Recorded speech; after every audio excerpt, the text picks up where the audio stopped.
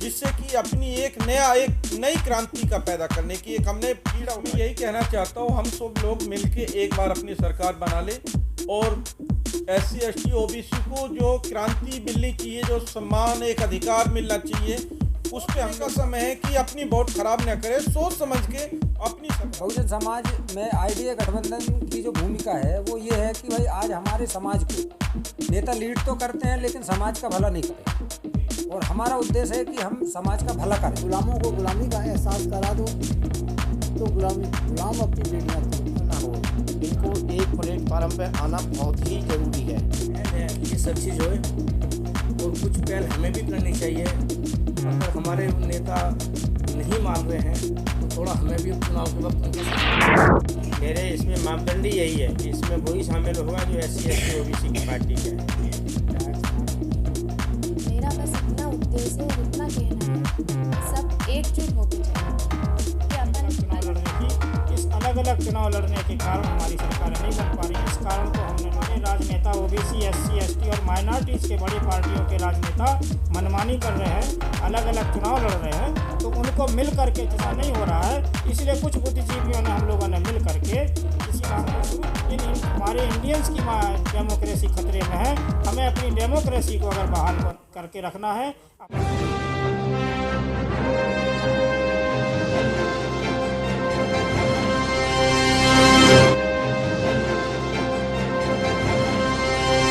आज के कार्यक्रम का उद्देश्य, हम सब जो काम कर रहे हैं कई वर्षों से, इस उद्देश्य के लिए काम कर रहे हैं कि देश के अंदर जो हमारी OBC SC ST और माइनॉरिटीज़ की वर्गों के नेताओं की जो बड़ी बड़ी पार्टियां हैं वो देश में अलग अलग चुनाव लड़ रही हैं। और आज़ादी के 75 वर्ष हो चुके हैं। 85% जनसंख्या OBC SC ST माइनॉरिटी समुदाय के देश में है। फिर भी ऐसे देश में, आज़ाद लोकतांत्रिक देश में, हमारी आपकी सरकारें नहीं बन पा रही हैं, बहुसंख्यक समाज की सरकारें नहीं बन पा रही हैं। इस विषय पे कई वर्षों से प्रयास किया जा रहा था कि हमारे समाज की सरकारें बने, और सरकारें क्यों नहीं बन पा रही हैं, क्यों हमारे समाज के नुकसान हो रहे हैं, इस बात को हम लोग काफ़ी लंबे अरसे से समाज को जागृत करते आ रहे, बताते चले आ रहे, और साथ ही साथ राजनीतिक पार्टियों से भी मिलते हुए उनके सामने प्रस्ताव रखा कि आप सभी लोग मिल करके चुनाव लड़ो। जिस तरह से कांग्रेस और BJP ने UPA और NDA बना करके चुनाव लड़ना शुरू किए, तो उनकी सत्ता जो है पूरे प्रदेशों में और देश में उनकी सरकारें बनती चली आ रही हैं। कम संख्या वालों की सरकारें बन रही हैं, और अपनी जो बड़ी संख्या वाले समुदाय की सरकारें नहीं बन पा रही हैं। ये हमारे लिए और हमारे समाज के लिए और हमारे नेताओं के लिए, हम बुद्धिजीवियों और सामाजिक संगठनों और धार्मिक संगठनों के लोगों के लिए बहुत ही खेदजनक बात है, अपमानजनक बात है कि बड़ी संख्या में होकर के भी हम लोग अपनी सरकारें नहीं बना पा रहे हैं। और जिस तरह से हमारे बीच में हमारे नेता ये कार्रवाई कर रहे हैं अलग अलग चुनाव लड़ने की, इस अलग अलग चुनाव लड़ने के कारण हमारी सरकारें नहीं बन पा रही हैं। इस कारण को हमने लोगों को बताया, सामाजिक संगठनों को बता रहे हैं, और धार्मिक संगठनों के जो धर्मगुरु हैं उनको भी बता रहे हैं कि ये जिम्मेदारी हम सब की है कि यदि हमारे राजनेता OBC SC ST और माइनॉरिटीज़ के बड़ी पार्टियों के राजनेता मनमानी कर रहे हैं, अलग अलग चुनाव लड़ रहे हैं, तो उनको मिल करके चुनाव लड़ना चाहिए। ये हमारे सामाजिक संगठनों के नेताओं का ये कर्तव्य बनता है, और हमारे धार्मिक संगठनों के जो धर्मगुरु हैं, मुस्लिम सिख ईसाई बौद्धों के जो धर्मगुरु हैं, ये उनका भी एक परम कर्तव्य बनता है कि हमारे राजनेता अगर सही राजनीति नहीं कर रहे हैं, सही दिशा में नहीं चल रहे हैं, तो उनको सही दिशा में चलाने के लिए इनका भी प्रयास होना चाहिए। और हम जो बुद्धिजीवी लोग हैं, हमारा भी उसमें प्रयास होना चाहिए, परंतु ऐसा नहीं हो रहा है। ऐसा नहीं हो रहा है, इसलिए कुछ बुद्धिजीवियों ने, हम लोगों ने मिल करके इस काम को शुरू किया है। और इसके लिए हम लोगों ने एक ऑप्शन दिया है, जिस तरह से UPA और NDA जो ऑप्शन राजनीतिक पार्टियों के ध्रुवीकरण के लिए बनाए गए हैं, उसी तरह से इंडियन डेमोक्रेटिक अलायंस, ये IDA नाम का गठबंधन का प्रस्ताव हम लोगों ने रखा है कि हमारे राजनेतागण खुद से तो अपना गठबंधन नहीं बना पा रहे हैं, खुद से अपना गठबंधन नहीं बना पा रहे हैं, और जो गठबंधन बनाते हैं तो वो जो है चुनाव के वक्त बनाते हैं और चुनाव ख़त्म होने के बाद तुरंत ख़त्म कर देते हैं। तो इस तरह के गठबंधन का हमारे समाज के लिए कोई लाभ नहीं मिल रहा है। हमारे समाज में निराशा का माहौल पैदा हो जाता है। गठबंधन जब बनाते हैं तो खुशहाली का माहौल समाज में पैदा होता है, लेकिन गठबंधन टूटने के बाद समाज फिर निराश हो जाता है। इसलिए हमारे नेताओं को हम लोग चाहते हैं कि हमारे नेता स्थायी गठबंधन आईडीए में काम करें, इसमें मिलकर के काम करें। आईडीए एक बेहतर नाम है। हम इंडियंस की डेमोक्रेसी खतरे में है। ओबीसी, एससी, एसटी और माइनॉरिटीज़ के लोग ही ओरिजिनल इंडियंस हैं। इन हमारे इंडियंस की डेमोक्रेसी खतरे में है। हमें अपनी डेमोक्रेसी को अगर बहाल करके रखना है, अपने लोगों को हक अधिकारों से उनको सुरक्षित रखना है, संवैधानिक और मौलिक अधिकारों को हमें और आपको बचाना है, तो हमारे आपकी सरकारें होना अति आवश्यक है। सरकारें हमारी तभी बनेंगी जो हमारे राजनेता मिल करके आईडीए गठबंधन के प्लेटफार्म पर शामिल होकर के चुनाव लड़ेंगे। हमारे नेता हमारे ओबीसी, एससी, एसटी, माइनॉरिटीज़ के हितों की बात करते हैं और हितों की बात करने के बावजूद भी ये जानते हैं कि हम सरकारें नहीं बना पा रहे हैं, अपने ही समाज का वोटों का बिखराव कर रहे हैं, और ये बात उनको अच्छी तरह से जानते हैं। हमारे नेता अच्छी तरह से जानते हैं, विद्वान हैं, सब बातों में सक्षम है, वोट बैंक की भी है, लेकिन वोटों का ध्रुवीकरण कराने के लिए जो ज़रूरत है, समाज के नेताओं को, हर जाति के नेताओं ने अपनी अपनी पार्टियां बना ली हैं। तो हम लोगों का यही कहना है कि भाई अभी जातीय जो है अपना अपना खेमेबाजी बंद करो, आईडीए गठबंधन में शामिल होकर के चुनाव लड़ो, अलग अलग चुनाव लड़ना बंद करो। ओबीसी, एससी, एसटी, अल्पसंख्यक पार्टियों के अध्यक्ष हो, आप लोग समाज को बहुत गुमराह कर लिए हैं। हमारे समाज के पढ़े लिखे बुद्धिजीवी लोगों को आप मूर्ख बनाने का काम कर रहे हैं। ये अलग अलग चुनाव लड़ना बंद करो। आईडीए गठबंधन में शामिल होकर के चुनाव लड़ो। ऐसी हम सबकी इच्छा है, ऐसी देश की जनता की इच्छा है, ऐसी हमारे सामाजिक संगठनों के नेताओं की इच्छा है, ऐसी हमारे धार्मिक संगठनों के धर्मगुरुओं की भी इच्छा है। आने वाले समय में यदि हमारे नेता लोग इकट्ठे होकर के इस प्लेटफार्म पर नहीं आते हैं, आईडीए गठबंधन में शामिल होकर के चुनाव नहीं लड़ते हैं, तो जिस तरह से अंग्रेज़ों के लिए एक नारा दिया गया था, अंग्रेज़ों भारत छोड़ो, तो देश के सभी लोगों ने जब ये जन आंदोलन किया और अंग्रेज़ों भारत छोड़ो का नारा दे करके अंग्रेज़ों को भारत छोड़ने के लिए जब कहा गया, आंदोलनों के माध्यम से अंग्रेज़ों को भारत छोड़ना पड़ा। हमारे नेता अभी अपने अहम और बहम में भूले हुए हैं। हमारे नेता अभी मनमानी कर रहे हैं, समाज के हितों की चिंता नहीं है। तो हमारे समाज के लोग अब आने वाले समय में हम सब मिल करके, हमारे सभी साथी मिल करके, और हमारे आप जो बहुजन मीडिया के हमारे पत्रकार बंधु हैं, आप सब का मिल करके हम लोग ऐसी देश में मुहिम चलाएं कि हे नेता हो, हे एससी, एसटी, ओबीसी, अल्पसंख्यक पार्टी के अध्यक्ष हो, अलग अलग चुनाव लड़ना बंद करो। समाज के सत्यानाश कराना बंद करो। आईडीए गठबंधन में एकजुट होकर के, संगठित होकर के चुनाव लड़ने की कृपा करो, या एकजुट होकर के संघर्ष करो, या एकजुट होकर के चुनाव लड़ो। तो हमारे नेताओं को हम ये भी बताने का यहाँ बात कर रहे हैं मीडिया के माध्यम से कि हमारे नेताओं को अभी इतना भी ज्ञान नहीं है कि पूरे देश में हमारे लिए बाबा साहब ने जो काम किया है, उन्होंने हमें और आपको सबको निर्देश दिया था कि संगठित होकर के संघर्ष करना। हमारे नेता बाबा साहब का नाम लेते हैं, हमारे महापुरुषों का नाम लेते हैं और अलग अलग संघर्ष कर रहे हैं। ये हमारे महापुरुषों ने हिदायत नहीं दी थी, ये हमारे महापुरुषों की नसीहत नहीं थी। हमारे महापुरुषों का साफ कहना था कि संगठित होकर के संघर्ष करना है, परंतु हमारे नेता नाम लेते हैं महापुरुषों का और अलग अलग चुनाव लड़ करके, अलग अलग संघर्ष करके हमारे महापुरुषों का अपमान करने वाले हमारे नेतागण साबित हो रहे हैं। इसलिए हम सभी लोग मिल करके अपने नेताओं को ये अपने महापुरुषों की बात भी याद दिलाने का काम कर रहे हैं। और एक इंटरनेशनल स्लोगन है, हमारे नेताओं को उस स्लोगन का भी अर्थ नहीं मालूम है। तो इस चैनल के माध्यम से हम अपने नेताओं को ये कहना चाहते हैं कि आप यूनिटी इज स्ट्रेंथ का जो इंटरनेशनल स्लोगन है, इसका अर्थ समझ लो। क्या कहता है ये? यूनिटी इज स्ट्रेंथ का अर्थ नहीं हमारे नेताओं को मालूम है। तो नेताओं से हमारी अपील है, जो पार्टियों के जिम्मेदार, बड़ी पार्टियों के जिम्मेदार नेता हैं, हमारी सबकी, देशवासियों की, जो बहुजन समाज के लोगों की, मूल निवासियों की, हमारे नौजवानों की, सबकी ये अपील है कि वो इस का अर्थ समझ करके और इसका पालन करें। बाबा साहब ने संगठित होकर के संघर्ष करने की जो बात कही थी, उसका पालन करें। इन निर्देशों का वो पालन नहीं कर रहे हैं।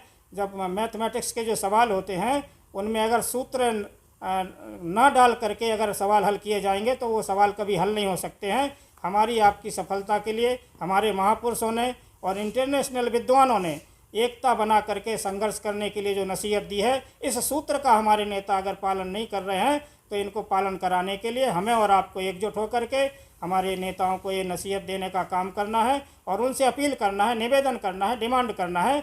जिस तरह से हमें सरकारी कर्मचारी अधिकारी अगर उनके कोई हितों के नुकसान होते हैं तो वो सड़कों पे आकर के डेमोस्ट्रेशन करते हैं। हमारी देश की जनता, हमारे नौजवानों से भी हमारी अपील है कि हमारे नेता एकजुट होकर के अगर चुनाव नहीं लड़ते हैं तो सड़कों पर आकर के अपनी डिमांड करेंगे। हमारे सभी साथी हम लोग आईडीए गठबंधन के तत्वावधान में अपने लोगों को जागरूक करने का ये काम कर रहे हैं कि हमारे नेता जल्दी से जल्दी इकट्ठे होकर के, संगठित होकर के चुनाव लड़ें, जनता को मूर्ख बनाना बंद करें, जनता को जो है जनता की भावनाओं के साथ खिलवाड़ ना करें, समाज के लोगों का सत्यानाश ना करवाएं। ऐसी हमारी ये अपील है, ऐसी आईडीए गठबंधन का ये उद्देश्य है कि हमारे बहुजन समाज के जितने भी लीडर हैं वो एकजुट होकर के, संगठित होकर के चुनाव लड़ें। ये हमारा आईडीए गठबंधन का उद्देश्य है।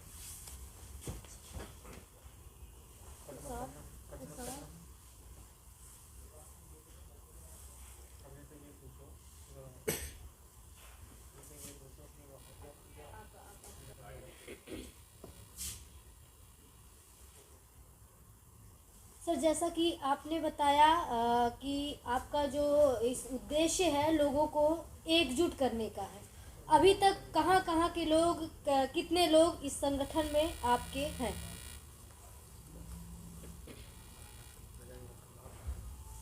मैं अपना पहले परिचय देना भूल गया था। मेरा नाम बीडी चौधरी है और ये आईडीए गठबंधन की जो कॉन्सेप्ट है, ये विचारधारा है, जब से बीजेपी ने 1998 में एनडीए बनाया था और एनडीए बना करके पूरे देश में मुहिम चलाई थी और एनडीए में उन्होंने पार्टियों को, छोटी पार्टियों का विलय किया और जो पार्टियां विलय नहीं हुई थी उनको उन्होंने अलायंस बनाया था।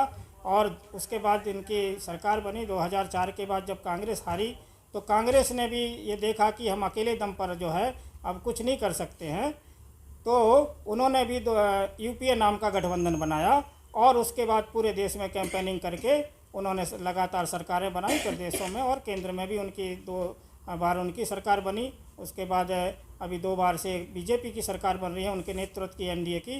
तो ये जो आइडियोलॉजी है, ये जो विचारधारा है पार्टियों को जोड़ने की और अपने बहुजन समाज की पार्टियों का गठबंधन बनाने की, इस पर काफ़ी समय से प्रयास किया जा रहा था। और इसके लिए हम लोगों ने जो प्रयास किए हैं, इसमें हमारे बीच में मध्य प्रदेश से, होशंगाबाद ज़िले से हमारे भाई मीणा साहब आए हैं, यशवंत सिंह मीणा, ये हमारे इसमें जुड़े हुए हैं। हमारे बीच में हमारे इस कार्यक्रम के जो व्यवस्थापक और आयोजक हैं डॉक्टर जगजीवन राम गौतम साहब, आप इसमें सहयोग किए हैं और आपके ही माध्यम से ये आज हम और आप जो है यहाँ पर इकट्ठे हुए हैं। हमारे साथ में बहादुर सिंह सर हैं, हमारे आरसी विवेक सर हमारे इसमें कार्यक्रम में जुड़े, हमारे मूवमेंट में अशोक कुमार सर हैं, मैडम नीतू यादव सर हैं जो कि मध्य प्रदेश से हैं। इसी तरह से हर एक राज्यों में से हमारे इस कार्यक्रम में हम लोग जोड़ रहे हैं लोगों को और सहमत कर रहे हैं ये विचार बता करके कि भाई हमारे नेता तो मनमानी कर रहे हैं, क्या हम उनकी मनमानी उनको करने देते रहें? क्या अपने सत्यानाश करवाते रहें? वर्तमान में हमारे समाज के बच्चों का भविष्य पूरा ख़त्म हो गया है, वर्तमान ख़राब हो गया है। तो इसलिए ये कार्यक्रम आगे अभी शुरुआती दौर में है। हमारे साथ कुछ पार्टियां भी, जो छोटी पार्टियां हैं, उन्होंने भी हमें इसमें सहयोग किया है और वो पार्टियां भी जुड़ी हुई हैं। इस समय हमारे साथ है हरियाणा की कुछ पार्टियां हैं, हमारे साथ राजस्थान की हैं, महाराष्ट्र की हैं, गुजरात की हैं, बिहार से हमारे साथ और झारखंड से लोग जुड़े हुए हैं। आप ऑल ओवर इंडिया की बात कर रहे हैं और नेताओं की बात कर रहे हैं। आप नेताओं का नाम तो बताइए। आप नेताओं की कह रहे हैं कि जितने भी नेता हैं उन सबको एकजुट रहना चाहिए। वो कौन नेता है, कौन नेता, कौन पार्टी, कौन सांसद? हमारे उद्देश्य के अनुसार हमारा क्लियर कट उद्देश्य है कि जिस तरह से हमारे ओबीसी, एससी, एसटी और माइनॉरिटी समुदाय को 1947 से पहले जिस स्थिति में थे, गुलामी की स्थिति में थे, उन्हीं समुदाय की एक अलग टीम है। वो वर्गीय जो भेदभाव है, सामान्य वर्ग और शूद्र वर्ग में जो भेदभाव है, उस शूद्र वर्गों की जितनी भी पार्टियां देश में हैं, वो नेता कोई भी हो सकते हैं, किसी भी पार्टी के हो सकते हैं। वो शूद्र वर्ग के ओबीसी, एससी, एसटी और अल्पसंख्यक समुदाय से संबंधित पार्टी का लीडर होना चाहिए, अध्यक्ष होना चाहिए। और ये अध्यक्ष ही हमारे इस आईडिया गठबंधन के अलायंस में जुड़ने के पात्र हैं। हम जर्नल की किसी पार्टी को इसमें शामिल नहीं करने का हम लोगों का उद्देश्य नहीं है, ये क्लियर कट उद्देश्य है। तो जो भी आपकी राय को छोड़ के जो पार्टियां हैं, बीएसपी, बीजेपी, कांग्रेस, आम पार्टी, इन पार्टी को छोड़ के आप उनके अलावा जो पार्टी है उनकी बात कर रहे हैं आज? देखिए, हमारी बीएसपी हमारी पार्टी है, सपा हमारी पार्टी है, जितने भी मुखिया ओबीसी एससी एसटी के हैं, माइनॉरिटी के हैं, असदुद्दीन ओवैसी भी हमारे हैं क्योंकि अल्पसंख्यक में आते हैं, बादल भी हमारे हैं क्योंकि वो भी हमारे ही कैटेगरी में आते हैं। तो हमारे जितने भी ओबीसी एससी एसटी माइनॉरिटीज़ के जो पार्टी अध्यक्ष हैं वो लीड कर रहे हैं पार्टी को, और वो ये कह के लीड कर रहे हैं कि हम बहुजन समाज के लोगों का भला करना चाहते हैं, हम बाबा साहब और मानवर कांसीराम साहब की विचारधारा को स्थापित करना चाहते बाबा हैं। साहब की विचारधारा पर चलने वाली तो सिर्फ एक ही पार्टी है ना, बीएसपी। आम पार्टी तो नहीं है और ना सपा पार्टी है। लेकिन इनका मकसद जो है ओबीसी एससी एसटी माइनॉरिटीज के समुदाय को भला करना है। कहीं भी इन्होंने बाबा साहब की विचारधारा को नहीं चलाया है। बाबा साहब की विचारधारा के आधार पे ही वो पार्टी चला है, क्योंकि बाबा साहब का जो संविधान है उन्हें पार्टी बनाने की अनुमति दिया है, अन्यथा वो तो किसी भी प्रकार के कोई उनको अधिकार नहीं थे। तो अधिकार ये भी दिया है जो आप कोर्ट अब वो नहीं मान रहे हैं, अब वो भी बाबा साहब की वजह से लड़ रहे हैं। वो नहीं मान रहे हैं, तो हमारी आपकी जिम्मेदारी है कि भाई हमारे आपके समुदाय को इन जो है दूसरे वर्गों ने जो लीडिंग कर रहे हैं समाज को, जो जिनकी सत्ता 1947 से पहले से भी चली आ रही है, हमारे लोगों को, तो हमें अपने नेताओं को हम तैयार कर रहे हैं, हम उनको जागृत कर रहे हैं कि भाई हम और आप आज जो कुछ भी हैं, हमारा आपका अस्तित्व जो कुछ भी है वो संविधान से और बाबा साहब की वजह और महापुरुषों की बदौलत है। हम उनको ये बताना चाहते हैं और बताने का काम कर रहे हैं कि आप अभी मानवतावादी विचारधारा पे नहीं चल रहे हैं, बाबा साहब और की विचारधारा पर नहीं चल रहे हैं, आप संवैधानिक वादी बन कर के काम नहीं कर रहे हैं। आपको ये काम करना चाहिए क्योंकि आप हमारे संवर्ग के हैं। मेरा नाम डॉक्टर जगजीवन राम गौतम है और मैं बीएसपी का एक छोटा सा कार्यकर्ता हूँ। अभी मैं बीबी चौधरी साहब का बहुत एहसान मानता हूँ, जिन्होंने मुझे अपनी आईडीए का पूरे भारतवर्ष का चेयरमैन बनाया। तो मैं इस पूरी पार्टी को दिल से धन्यवाद करना चाहता हूं और मैं सारे अपने लोगों से यही अपील करूंगा, अपने नेतागण, अपने माननीय सम्माननीय रिटायर अधिकारीगण, सबसे ये करूंगा कि जैसा कि हम लोगों ने एक प्रयास करा है, हमें अपनी सरकार बनानी है और हमें एक साथ होकर काम करना है। सर, जिस तरीके से एससी एसटी ओबीसी माइनॉरिटी में इतनी ढेर सारी पार्टियां हैं, इतना अलगाव है लोगों में, हर जाति विशेष की अपनी पार्टियां हैं, फिर जो मुहिम चला रहे हैं आप लोग एक करने का, एक मंच पे लाने का, किस तरीके से ये हो पाएगा?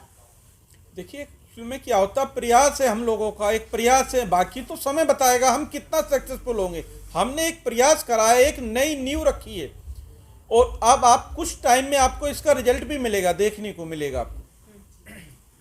सर, देखा जाता है कि आप जो जमीनों के में होता है बहुजन समाज में इतना आप जुड़ चुके हैं कि आपने बहुजन समाज के लिए बैंक्वेट हॉल बनाए, शादियों के लिए आपने डिस्काउंट दिया है, और आपने अभी जेवर भाई लैंड के लिए भी काम हुआ था है। अब इस पार्टी में आ गए, आप इस संस्था में आ गए, तो इस संस्था में आपकी क्या मुख्य भूमिका रहेगी?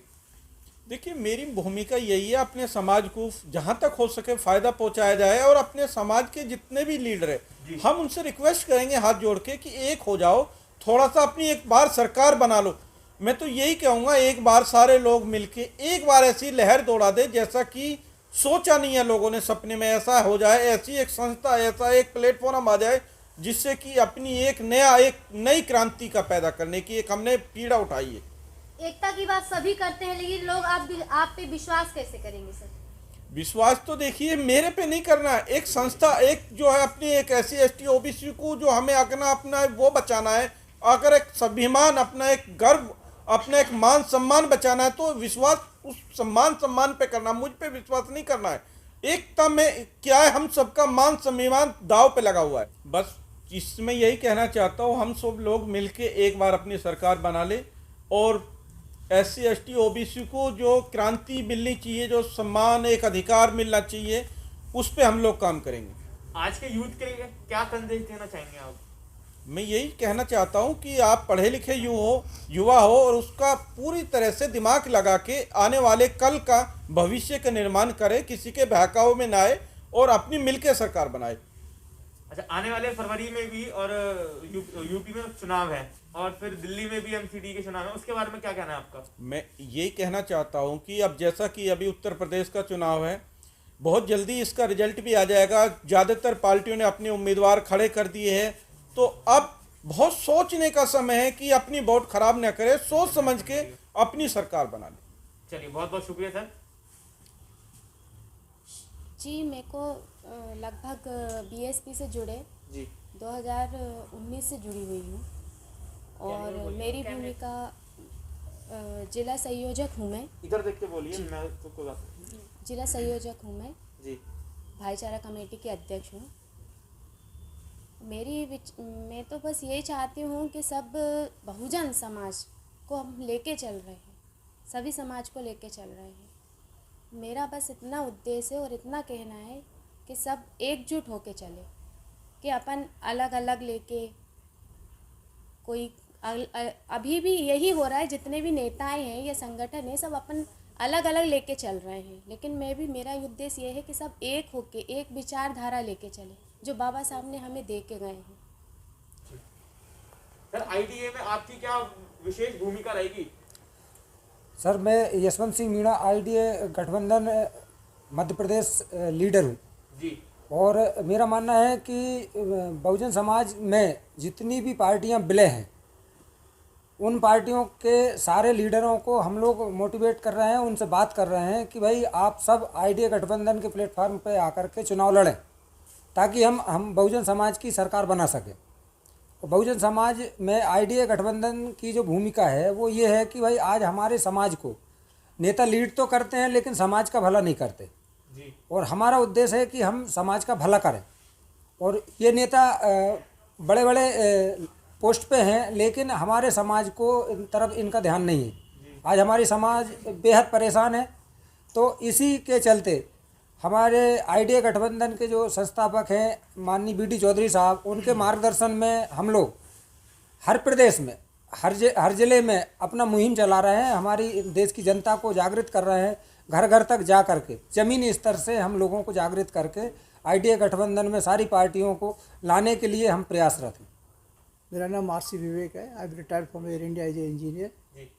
और मुझे 18 ईयर्स हो गए ये समाज सेवा करते हुए, और इस बात को मैं भी रियलाइज़ करता हूँ। और ये बाबा साहब ने भी कहा था कि जब तक आपका संगठन नहीं बनता है तब तक राजनीतिक अधिकार नहीं मिलता है, और जब तक राजनीतिक अधिकार आपको नहीं मिलता है तब तक समाज का कल्याण नहीं हो सकता। लेकिन हम इस बात को भूल गए कि बाबा साहब ने क्या क्या बताया था। उन्होंने ये भी कहा कि गुलामों को गुलामी का एहसास करा दो तो गुलाम अपनी बेड़ियां तोड़ देगा। हकीकत में हम आज भी गुलाम हैं। उन्होंने कहा कि जो पहली स्वतंत्रता थी, हम लोगों को जो गुलाम बनाया था तो वो स्वतंत्र हुए, हम स्वतंत्र नहीं हुए। आज यही चेतना, यही बात हम उन सभी नेताओं से कहना चाहते हैं, जो सभी पार्टियों से कहना चाहते हैं कि बाबा साहब के मुताबिक अपने भाषा बदलिए, अपने विचार बदलिए, आप इकट्ठा होने की कोशिश करिए, और जब तक आप इकट्ठे नहीं होंगे तब तक ये पॉलिटिकल पावर आपके हाथ में नहीं आएगी। इसलिए आप इस पर विचार करिए, सोचिए। हम भी सोचते हैं, विचार करते हैं, और इसके लिए सबसे बड़ी बात जो मानव काशीराम ने कहा कि ये बात ग्रास रूट से होना चाहिए। अगर हम भी इसको सक्सेसफुल बनाना चाहते हैं तो हमको ग्रास रूट से काम करना पड़ेगा, झुग्गी झोंपड़ियों में जाना पड़ेगा, उनको समझाना पड़ेगा कि वोट किसको देना है, किसको नहीं देना है। तो जो बदलाव होता है एक्चुअली वहीं से बदलाव होता है जहाँ पर एक छोटा वर्ग रह रहा है, कमज़ोर वर्ग रह रहा है, जिनके पास कोई पावर नहीं है, और वहाँ अधिकांश लोग जाते नहीं हैं। लीडर आपकी इसमें क्या विशेष भूमिका रहेगी? इसमें हम यही भूमिका के रूप में गाइड करेंगे, बताएंगे कि भाई रास्ता कैसे हैं, कैसे निकल सकता है। उनको भी फीड करेंगे जो दूसरे लीडर हैं कि आप इकट्ठे हो जाओ, इकट्ठे अगर नहीं होते तो समस्या का समाधान नहीं होगा। ठीक है, धन्यवाद सर। डॉक्टर साहब अब आप इंट्रो दे सर, मेरा नाम भीमराज जाटव है, दलित उत्थान संघर्ष महासभा का अध्यक्ष हूँ, गौतम बुद्ध नगर। रोशनी जी पूछो। क्या संगठन में किस तरह की भूमिका आप निभा रहे हैं? संगठन में भूमिका निभाने के लिए मेरा तो यही सिद्धांत है कि जो SC ST OBC plus minority के लोग हैं, ये अब से जो समय चला गया, यानी कि 1947 से पहले जो इनकी स्थिति खराब थी वो दोबारा ना हो। इनको एक प्लेटफार्म पे आना बहुत ही ज़रूरी है। अगर ये इधर उधर चलते रहे तो आने वाले समय में वो स्थिति आ जाएगी जो अब से 2-3 हज़ार साल पहले थी, और ये अलग अलग जो है इनकी स्थिति बहुत ख़राब हो जाएगी। अच्छा, जैसे अभी साहब ने बताया कि नेताओं के जोड़ने की बात करी जा रही है, उसके बारे में क्या विचार है आपका कि सभी नेताओं को जोड़ने का, सभी SC ST OBC को जोड़ने का, उसके बारे में? उस विषय में ये है कि जो नेता हैं SC ST OBC के प्लस जो माइनॉरिटी के, इनको सबसे पहले अपना जो है अहम छोड़ना चाहिए, जी। और जब अहम छूटेगा तभी हम एक प्लेटफार्म पे आ पाएंगे। सर, ये जो मुहिम चलाई जा रही है, इसकी शुरुआत कब से हुई? ये मुहिम जो चलाई जा रही है इस IDA गठबंधन का, इसके हमारे संस्थापक हैं माननीय BD चौधरी जी, जो अभी आपके सामने बोल चुके हैं। और इस IDA गठबंधन का जो विधिवत जो गठन हुआ है वो 21 जुलाई 2020 को कानपुर में हुआ है। उसमें माननीय BD चौधरी जी के सहयोग से हुआ है, और हमारे इस मुहिम में BD चौधरी जी और हम लोग काफ़ी सफल हुए हैं। आज की तारीख में हमारे साथ 10 पार्टियां शामिल हैं। कौन कौन सी पार्टियां? इस पार्टी में राष्ट्रीय सोशल समाज पार्टी है, जिसके राष्ट्रीय अध्यक्ष माननीय साहब सिंह भैया धनगर जी हैं। दूसरी पार्टी है स्वतंत्र जनता राज पार्टी, इसके राष्ट्रीय अध्यक्ष माननीय घनश्याम कोरी जी हैं। तीसरी पार्टी है हम भारतीय सबका दल, इसके राष्ट्रीय अध्यक्ष ईश्वरदयाल सेठ जी हैं, जो मऊ के हैं। घनश्याम कोरी झांसी के हैं, और भैया जी अलीगढ़ के हैं।